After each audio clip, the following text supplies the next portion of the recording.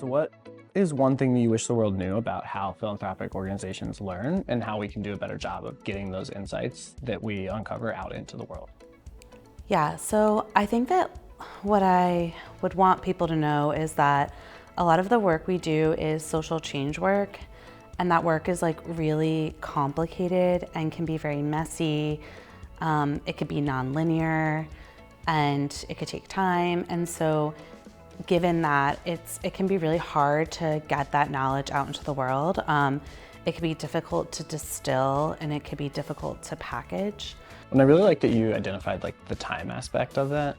Yeah. Somebody at this conference I was at a couple weeks ago, somebody's talking about the idea of systems change and how somebody gave them an 18-month grant for systems change. And they was like, if you're serious about systems change, like that's a joke. 18 months is like, you're not serious. Like you're not being serious about it. So I think the idea that it takes time and then like we as philanthropy should be committing to giving ideas the time and space they need to grow, like really deeply resonates with me.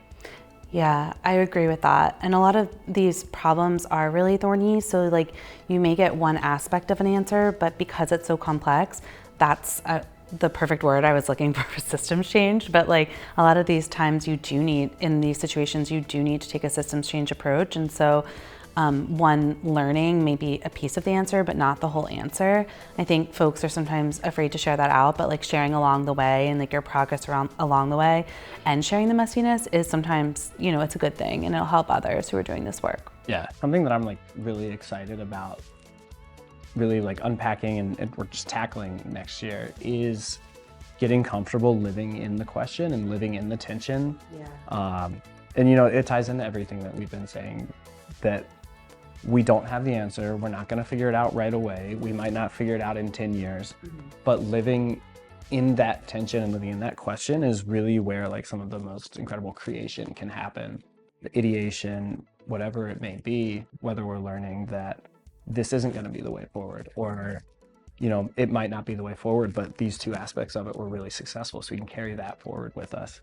But just like living in a space where we're comfortable saying that we don't know and just like relishing what that can open and unlock for us. Yeah. So for me, that's such a good point. In my role working on the monitoring, evaluation, and assessment plans, they are bespoke for each individual grantee, and we have the outputs and outcomes that we're tracking towards these learning goals.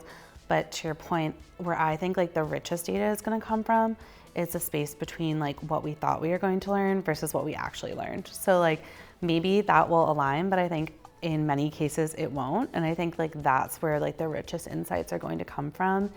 And I think at Siegel, one of the things that we're really good at is being comfortable learning not just from successes, but learning from failures and how that can like advance our strategy. That puzzle piece that we need to set aside can advance our strategy just as much as the rest of it. Yeah.